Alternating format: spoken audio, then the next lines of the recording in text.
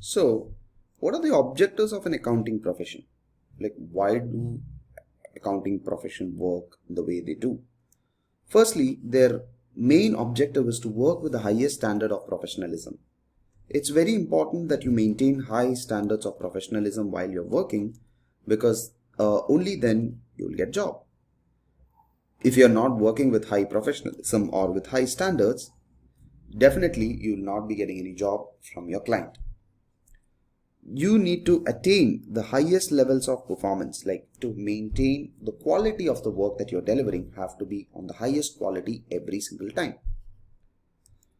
To meet public interest requirement, you are a public, you're not directly a public servant, but still there are many eyes watching you. Like if you're giving an audit report or an audit opinion on a public limited company, definitely many shareholders will be looking into that particular report, reading the report and taking a quality decision. This will impact a lot of lives of the shareholder, and hence it's very important that you work or meet the public interest requirement at high quality standard.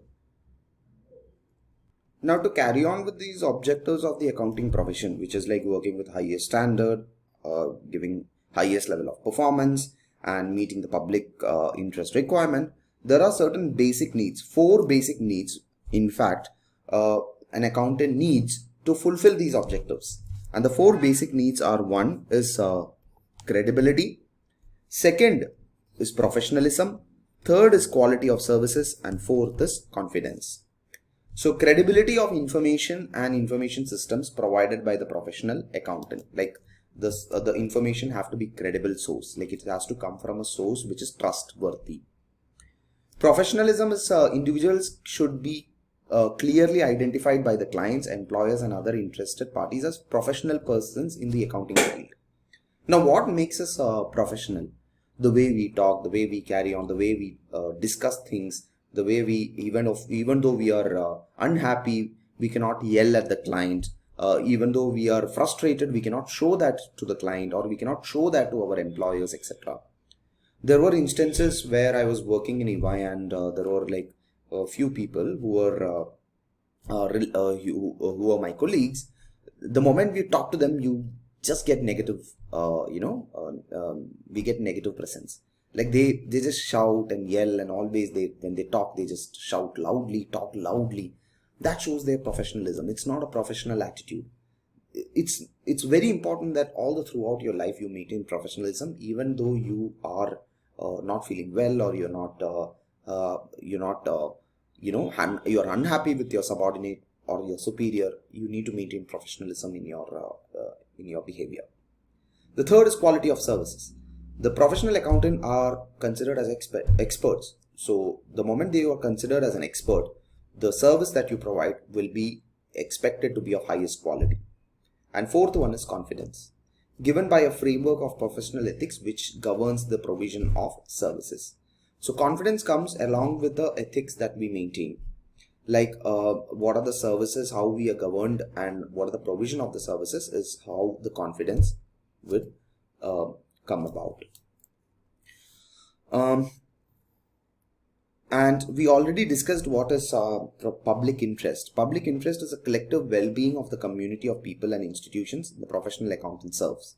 So it's for the general public and for the interest of public. The professional accountant would take into consideration the public interest and act in a manner which will protect the public interest. The ethical code which is required for accountants as many people rely on them. And the IESBA, a body of IAASB. So IESBA, the IESBA, which is a body of IFAC, lays down fundamental principles on ethics. ACCA provides guidance to the members on ethical conduct. So IESBA provides certain fundamental principles which ACCA have also used it, and provides guidance on members on how an ACCA member or an ACCA affiliate, or in fact ACCA students, you guys who are watching this video, you guys are ACCA students. All 3 of these ACCA students, affiliates as well as members have to maintain and perform ethical and act in a manner of code of conduct. So just because you're a student doesn't mean that you don't have to follow because you have not completed the qualification yet. ACCA allows you to work while you're pursuing your qualification. The moment you have registered for ACCA, you are a torch bearer of ACCA. You are a flag bearer of ACCA. So because of that, you are required to maintain the professionalism and the fundamental principles. You need to guide them along with your work as well as your behavior. Now, the IESBA's International Code of Conduct is based on Conceptual Framework.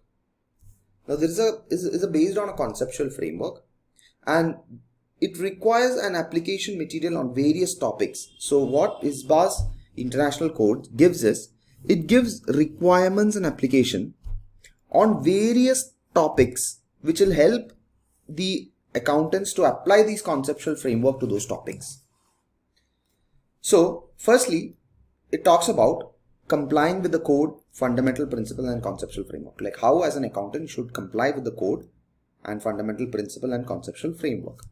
How the accountants should be conducting businesses, like how the accountants should practice in their business. In a business, like if you're working as a accountant or a CFO of a company, what are the ethics that you need to maintain? What are the professionalism that you need to maintain? If you're doing a public practice, like you're opening up a accountancy firm or an auditing firm or a consulting firm, what are the conditions that's required that you need to meet to act upon the public practice? What additional steps you need to do? Because if you are an accountant working for a company as a CFO or an accountant in a company, you will be less I would put as exposed to the public. Whereas if you are working as a public practice, in a public practice or your own practice, then you will be exposed more to the public.